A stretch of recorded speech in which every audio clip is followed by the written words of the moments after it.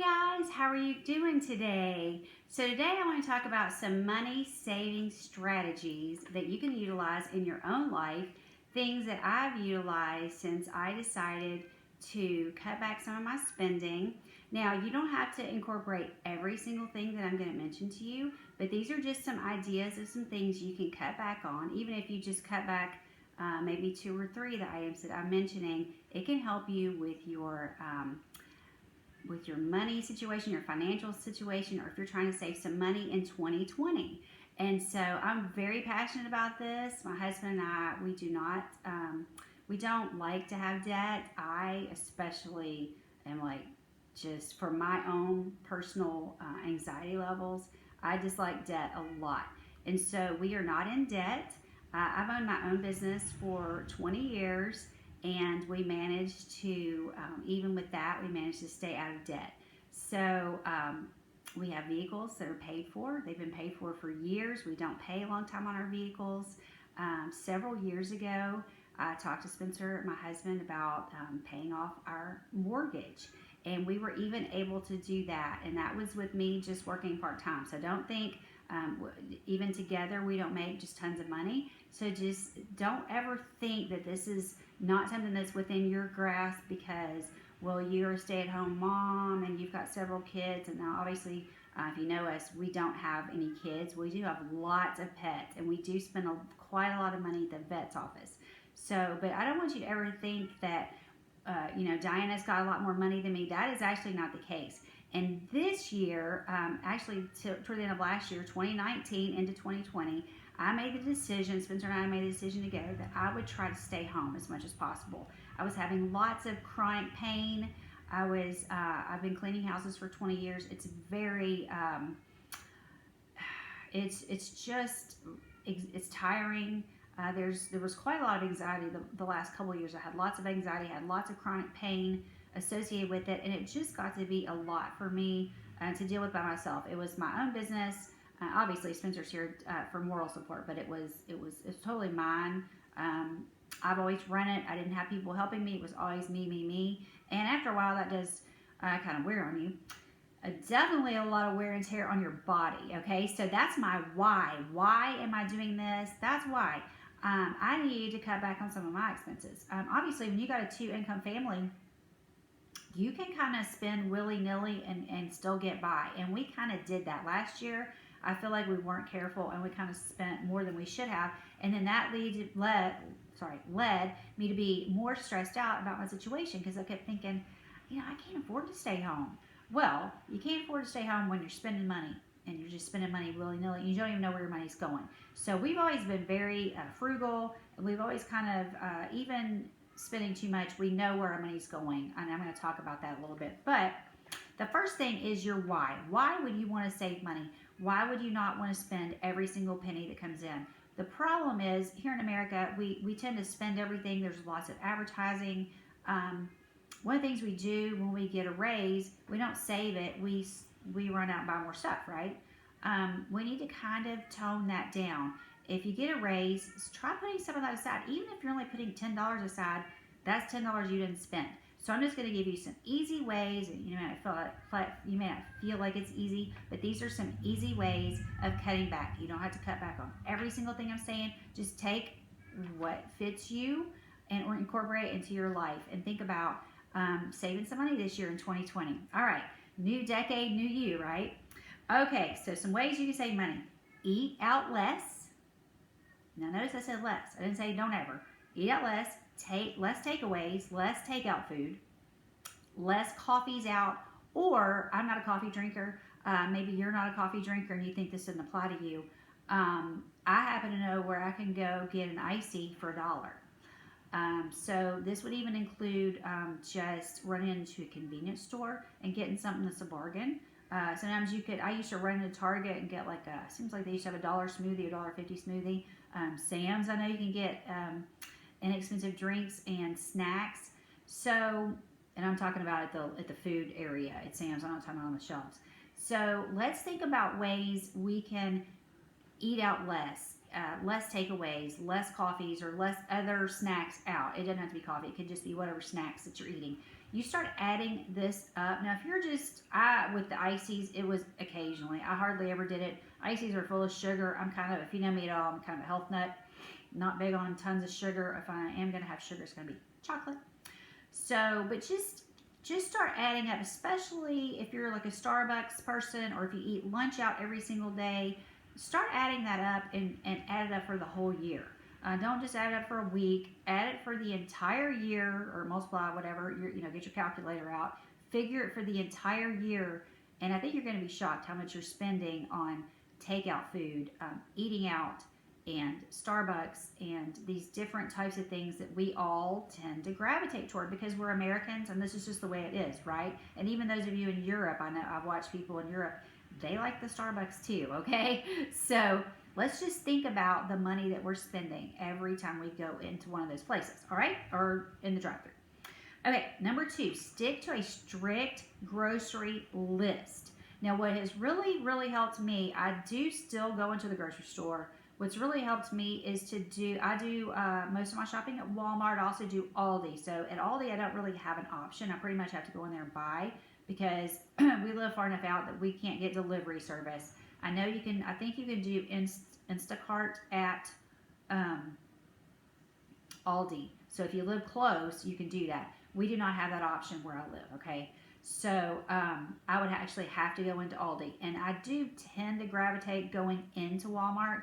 But I'm going to tell you, when I do the Walmart app, the grocery app, and I buy on that, my bill ends up being a lot less. And I can go and just park in one of the spaces. They know I'm there. You download all this to your phone. They know when you're coming. And then you tell them what space you're in. It's like the best thing ever. And when I do this, I rarely go over $50. And now I know other people with families, larger families and kids, you're going to go over $50.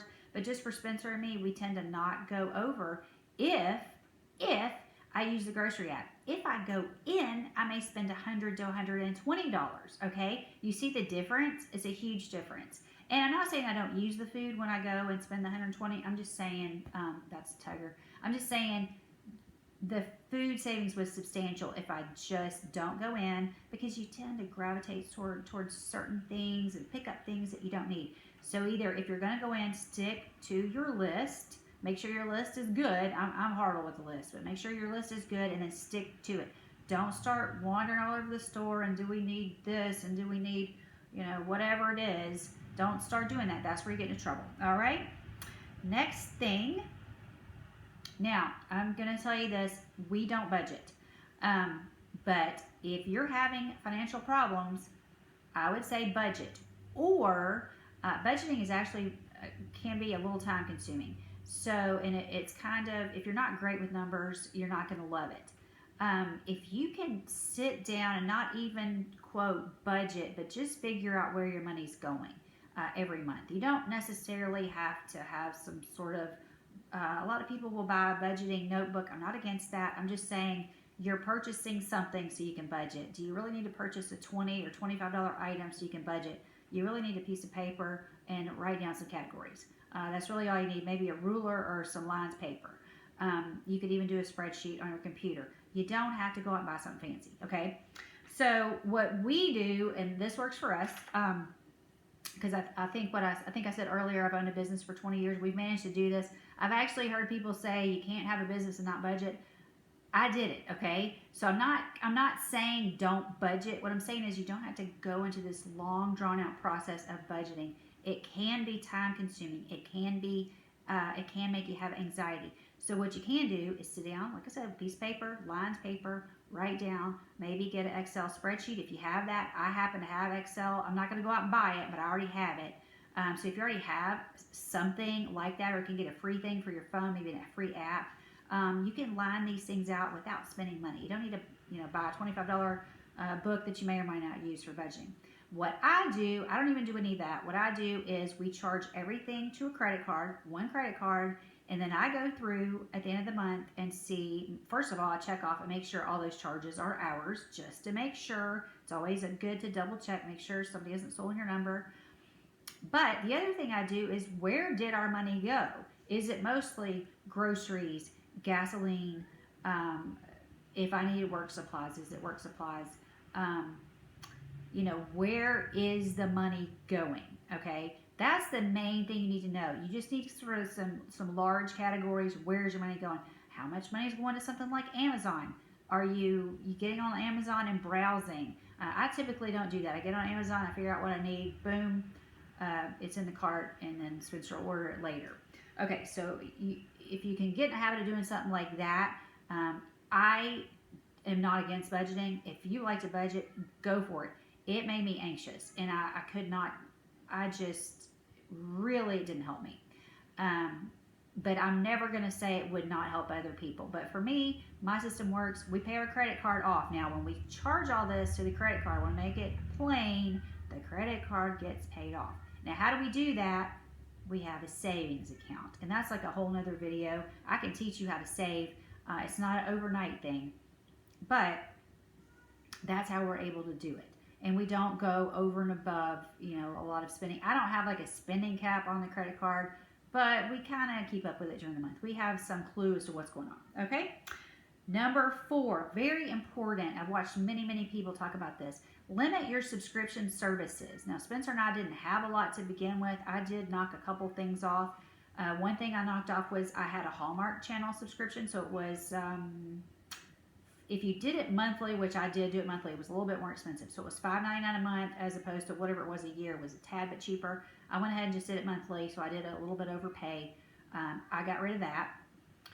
And I ended up getting rid of when I quit working, because I wasn't going to be running in and out of town, and I lived 30 minutes from the gym, so I got rid of my gym membership. They actually called me and tried to give me a cheaper rate. If you can get something like that, go for it. We got rid of cable years ago. We got rid of Netflix quite a while ago. I'm not saying you have to get rid of all of them. What you need to do is get your statements, whatever that's charged to, and go through that and see what are my subscription services. Am I getting subscription boxes every month? Do I really need 3 or 4 subscription boxes? Those can get very, very expensive. Do I need a bark box, for instance? Do I need the cat, whatever? I think it's, Crazy Cat Lady or whatever. Do I need all of these subscriptions? Could I maybe pare it down to 1? Do I use my gym membership? I'm 100% for gym memberships. I'm all about being in shape, working out, and eating right. If you're not using it, get rid of it. Find a way. Unfortunately, some of these, like mine was a monthly, and you could get out of it. Some people sign up for years, and you're kind of stuck with it, and you're losing the money. But just make sure it's not going to continue. If you're not using it, don't keep paying for it, is what I'm saying. If you can find a way to get out of it, get out of it. So I did do that. So subscription boxes, TV, different TV channels. Do you need DirecTV? Are you actually watching it? Do you need cable? Can you use Hulu instead? You see what I'm saying? Can you do Netflix instead? If you've already got Amazon Prime, could you use it instead? There's so many different ways you can watch TV now. You don't need to pay for cable, and I'm not against cable. If you have cable, you love cable, and you watch cable, amen, use it. We didn't, okay, and so we just decided to cut it out. It was several years ago. I didn't miss it. I haven't missed it have never missed it. And it was like, I think the bill had gone up to like $90, and we just weren't using it, okay? So just look at those subscriptions, start adding that up, and just see where's your money going. You just mostly need to know where your money's going. Okay, what about Sam's Club and Costco? Now, we do have a Sam's card. We kept it. We don't have Costco. Do you need Sam's and Costco? Just look at that. Do you need Costco? Are you going? If you're going and you're enjoying it and it's something you're using, then keep it. I'm not saying get rid of it. I'm saying assess and reassess, and do I need it? Okay? Because I definitely kept Sam's, and I'm sure we will keep Sam's. We both like Sam's. Okay, I mentioned cable. Number 5, consider canceling cable or DirecTV. Do you use it?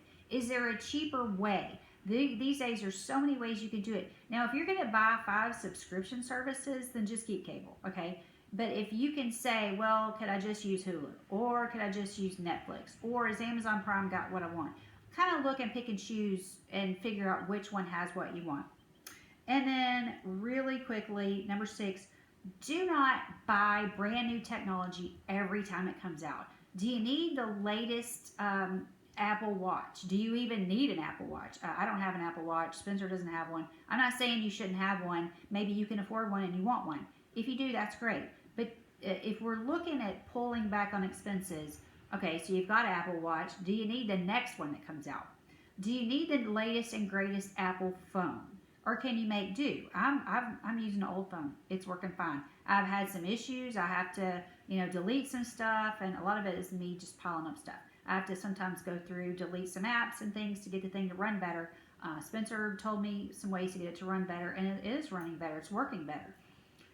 It runs down a lot. Would it be easier for me to get something else? Sure. Do I need the latest one? No. Honestly, I don't even know what the latest Apple is. Is it 11, 10, 11? I have no idea because I don't care. Mine's like a 5 or 6, or I don't know. Way back there. It's working. Can I use it as a phone? Yes. All right. So, do you need the latest tech? These are just ways that you can, in 2020, look at reducing your expenses. Do you have to do every single thing I said? No. Just look at 2 or 3 and focus in tight on those 2 or 3 things and see if you can save some money this year. Do, like I said, get your calculator out. Add up how much you're spending every single month. If you keep your receipts, you can go back and look how much you spent in 2019. I got rid of most of mine, but I have some idea how much we spend every week eating out anyway. I have personally pulled back on eating out. First of all, it's going to make me healthier. Eating out isn't even good for you. So that's a health, win-win. Healthier and less money. All right, everybody. I hope these tips have helped you. Once again, remember, what is your why? Why do you want to save money in 2020? Are you, is your bank account always overdrawn? Do you have fees and stuff coming out and you don't even know why all this stuff's coming out? Let's look at why we want or need to save money in 2020. If you focus on why you're doing it, you will stay the course and you won't be frittering money over here and on this silly little thing over here. And you'll be able to pay your doctor bills and your vet bills, and you'll be able to save a little bit of money, and you'll be able to give to something that may be a good cause that you want to give to. You'll have more money to put to that. So let's think about that in 2020. New decade, new you, new year, new you. Let's just think about that this year, okay? Hope everybody has a great week. Talk to y'all probably next week. Love you. Bye.